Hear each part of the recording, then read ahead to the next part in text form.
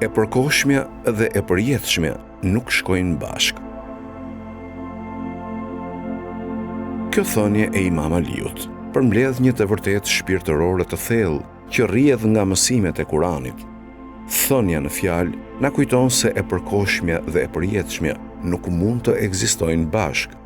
Bota materiale, me të gjitha tërheqjet dhe kënaqësitë e saj, është kalimtare dhe përfundimisht do të zhduket. Na kujton se lidhja jonë me pasuritë, dëshirat dhe ambicjet e kësaj bote nuk duhet të na mbulojnë fokusin në jetën e përjetshme që vjen.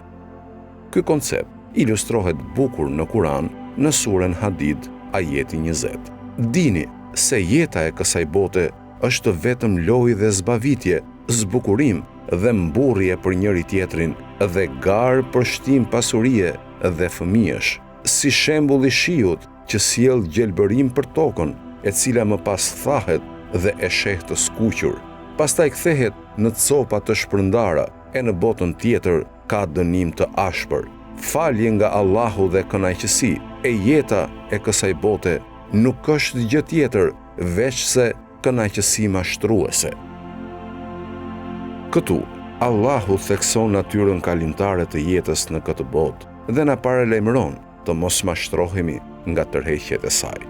Kënaqësitë dhe pasuritë e kësaj bote mund të sjellin gëzim dhe kënaqësi të përkohshme, por në fund janë kalimtare dhe nuk do të na shoqërojnë në jetën pas vdekjes.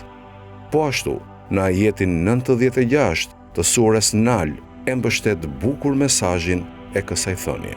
Ajo që është e ju është e përkohshme, e ajo që është e Perëndia është e përhershme. Dhe me të vërtetë do t'i shpërblejmë ata që kanë duruar me shpërblimin më të mirë për atë që ka punuar. Ky ajet thekson kontrastin mes natyrës kalimtare të pasurive të kësaj bote dhe shpërblimeve të përjetshme që presin ata që qëndrojnë të fortë dhe të durueshëm në besimin e tyre. Na kujton se fokusi ynë duhet të jetë në kërkimin e kënaqësisë së Allahut dhe përpjekjen për jetën e përjetshme në botën tjetër, në vend që të jemi të lidhur me kënaqësitë kalimtare të kësaj bote. Thënia e Imam Aliut na rikujton thellësisht si musliman që të japim përparësi përpjekjes për të përjetshmen mbi të përkohshmen. Na inkurajon të shkëputemi nga aspektet materiale të kësaj bote dhe në vend të kësaj të fokusohemi në ndërtimin e një lidhje të fortë me Allahun dhe përgatitjen për jetën e përjetshme në botën tjetër. Duke e njohur kalueshmërinë e pasurive dhe dëshirave të kësaj bote, mund të zhvillojmë një mendësi që vlerëson të përjetshmen dhe kërkon të arrijë kënaqësinë e Allahut.